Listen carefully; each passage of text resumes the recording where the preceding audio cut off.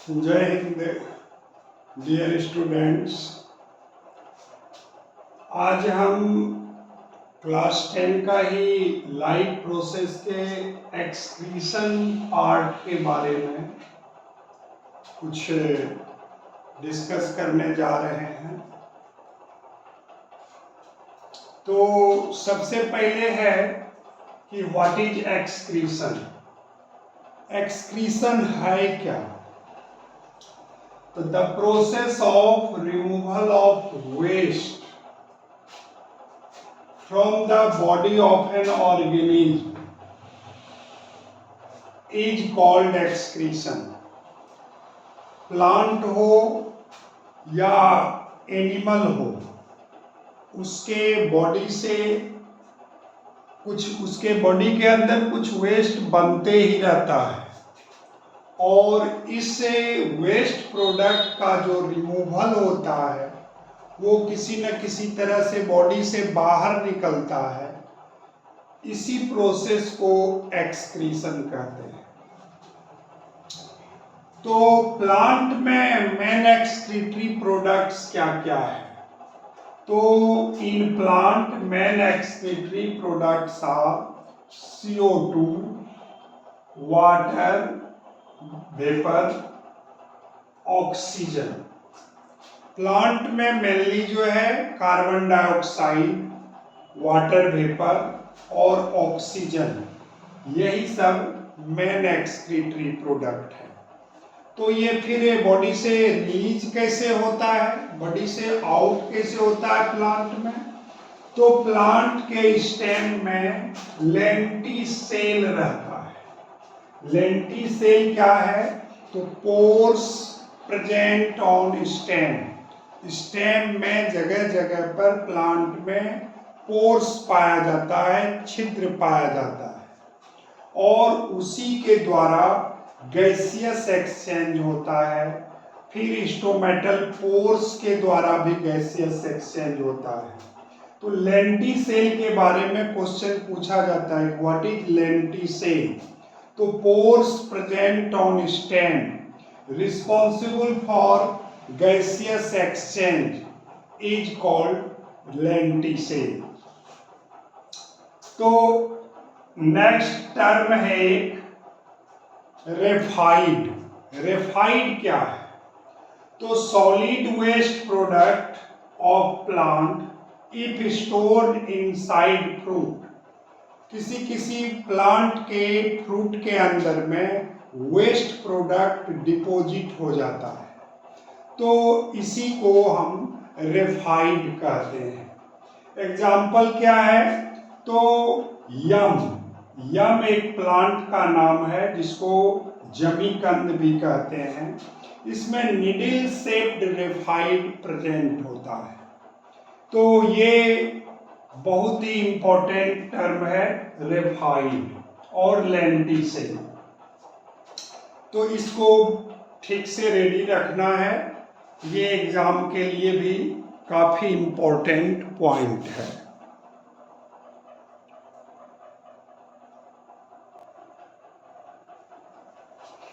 Next point है excretion इन animals.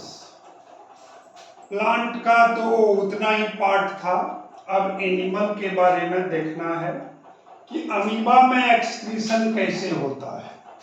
तो amoeba में एक्सक्रीशन डिफ्यूजन के थ्रू होता है, यानी अमीबा यूनिसेलुलर ऑर्गेनिज्म है जो वाटर बॉडी में रहता है, वाटर में रहता है और उसमें जो वेस्ट प्रोडक्ट बनता है मेनली CO2, ये बॉडी से बाहर जो है वो डिफ्यूजन प्रोसेस के द्वारा रिलीज होता है। अर्थवर्म में एक्सक्रीटरी यूनिट क्या है? ये पूछा जाता है कि what is excretory unit in earthworm. तो नेफ्रिडिया, ये एक ट्यूबुलर स्ट्रक्चर होता है और यही अर्थवर्म के बॉडी के अंदर एक्सक्रीटरी यूनिट के रूप में रहता है। ये बहुत ही इंपॉर्टेंट पॉइंट भी है। ह्यूमन में मेन एक्सक्रीटरी प्रोडक्ट क्या क्या है? तो ह्यूमन में मेन एक्सक्रीटरी प्रोडक्ट ये CO2 और यूरिया होता है। यही दोनों जो है ह्यूमन बॉडी के अंदर मेन एक्सक्रीटरी प्रोडक्ट है। उसके बाद है कि main organs of human excretory system, यानी ह्यूमन बॉडी में एक्सक्रीटरी सिस्टम में मेन ऑर्गेन्स क्या क्या है। मेन ऑर्गेन्स इसलिए इसमें चर्चा है कि ये सब ऑर्गेन के अलावे भी कुछ ऑर्गेन है जो ह्यूमन बॉडी में एक्सक्रीटरी प्रोडक्ट को, एक्सक्रीटरी वेस्ट मटेरियल को रिलीज करता है। जैसे स्किन भी है, स्किन से भी हम लोग का जो पसीना है वो हमेशा रिलीज होते रहता है।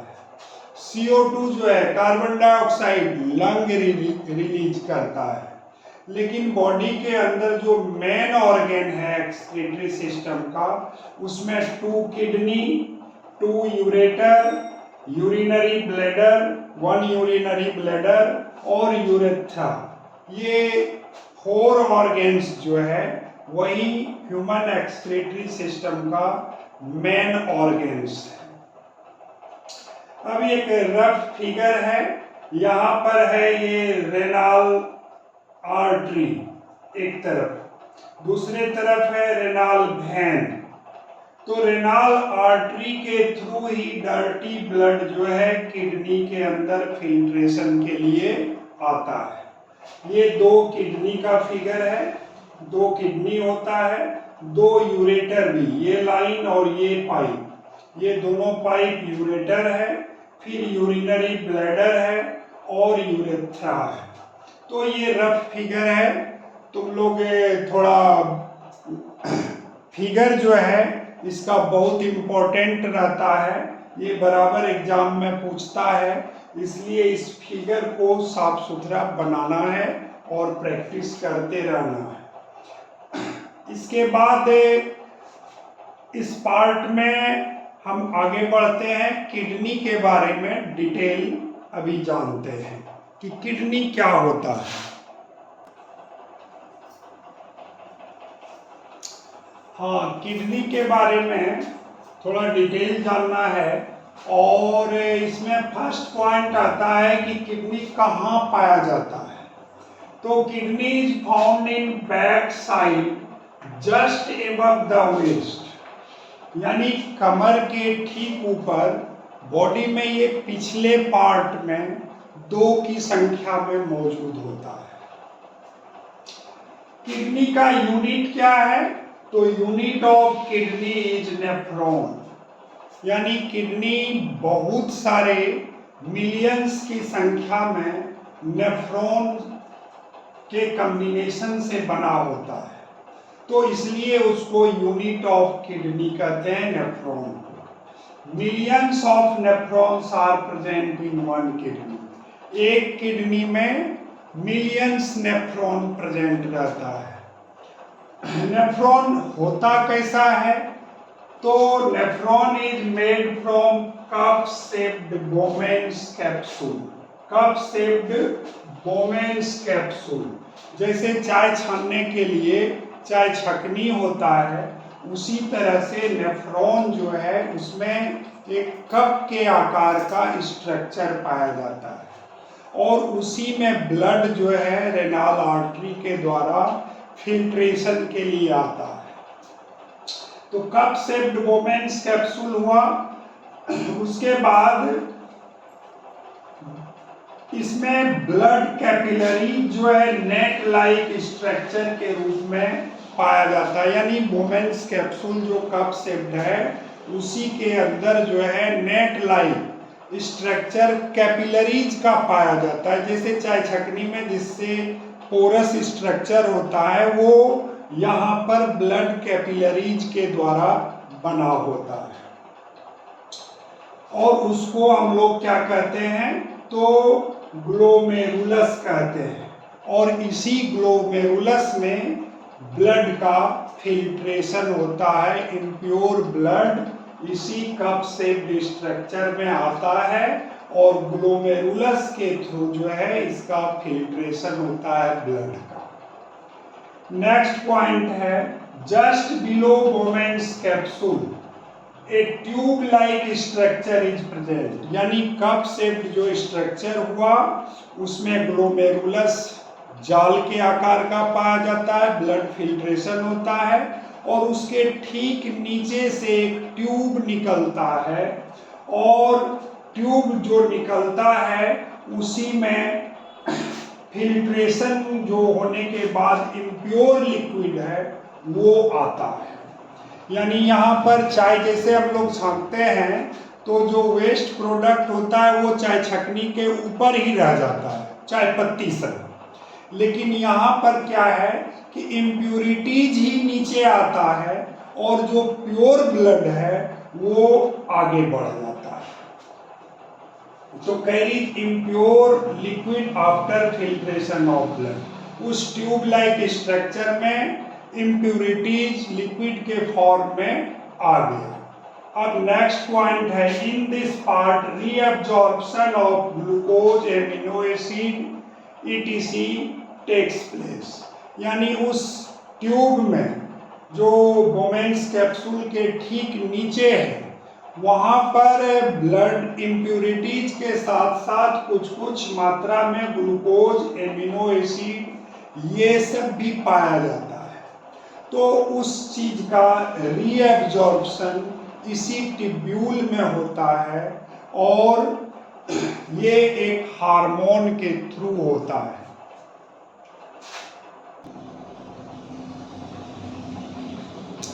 हाँ, तो चर्चा हो रही थी कि रीअब्जॉर्प्शन जो ट्यूब्यूल में होता है वो किस हार्मोन से होता है, तो उस हार्मोन का नाम है ADH। ADH hormone is responsible for reabsorption in tubule. Anti diuretic hormone इसका नाम है पूरा। ट्यूब्यूल का शेप कैसा होता है, तो ये यू शेप्ड स्ट्रक्चर होता है, इसमें नीचे की ओर जाके यू शेप्ड का एक स्ट्रक्चर बनाता है। उस यू शेप्ड स्ट्रक्चर को हेनली लूप कहते हैं, ये डिस्कवरर के नाम से ही रिलेटेड है। फिल्ट्रेशन जब हो जाता है तो जब ट्यूब्यूल में डर्टी वाटर के रूप में आता है मटेरियल लिक्विड, तो उसी को हम यूरिन बोलते हैं। After filtration water in the form of urine collected in urinary bladder, जो जिसका कलेक्शन जो है यूरिनरी ब्लैडर में होता है और क्लीन्ड ब्लड जो है वो हम लोग के बॉडी में बैक हो जाता है। Renal artery supplies dirty blood to glomerulus, यानी डर्टी ब्लड किस वेसल के द्वारा, किस ट्यूब के द्वारा आता है, तो रेनल आर्टरी के द्वारा फिल्ट्रेशन के लिए आता है और आफ्टर फिल्ट्रेशन रेनल वेन के द्वारा जो है प्योर ब्लड आगे बढ़ता है।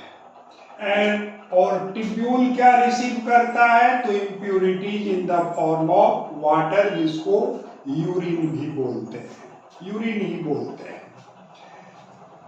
तो ये सारा पॉइंट जो है किडनी से रिलेटेड है और यूरिन फॉर्मेशन पर इसी तरह से लिखना भी है और एग्जाम में पूछा जाता है कि describe the process of urine formation in human being.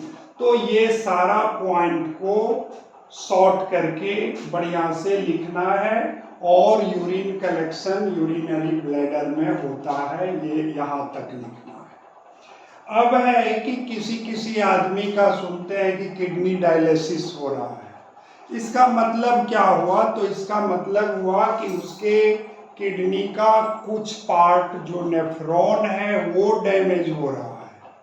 तो इसी प्रोसेस को हम लोग किडनी डायलिसिस बोल देते हैं।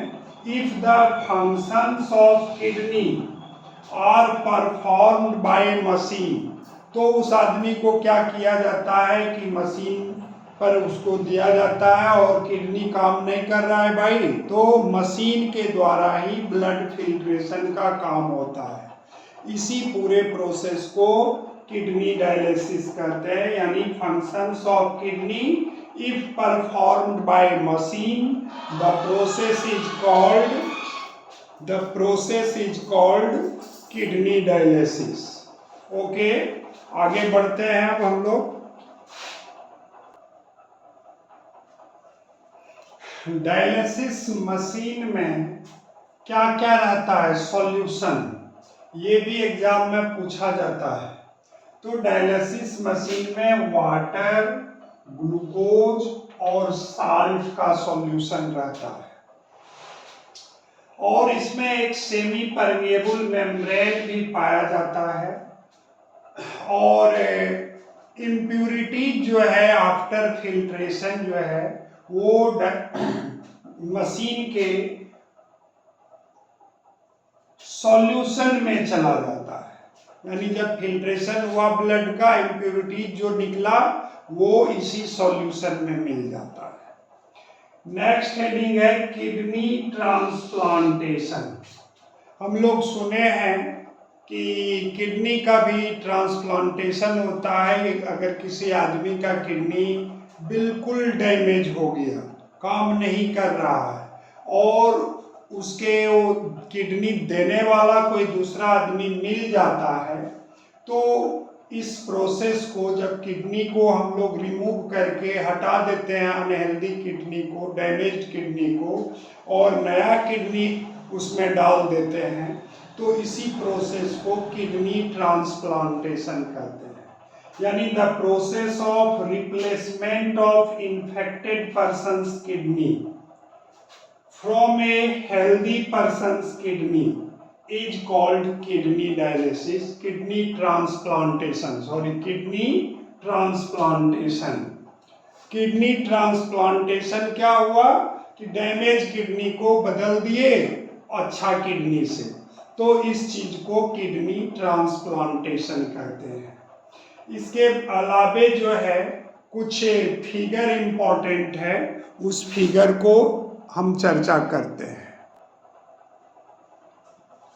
जैसे ये फिगर जो है किडनी का ही है, और इसमें हर पार्ट का किडनी का शो किया गया है। ये ग्लोमेरुलस है, रेनाल आर्टरी है, डर्टी ब्लड इसमें इस होके पास हो रहा है फिल्ट्रेशन के लिए, क्लीन ब्लड इधर से निकल रहा है।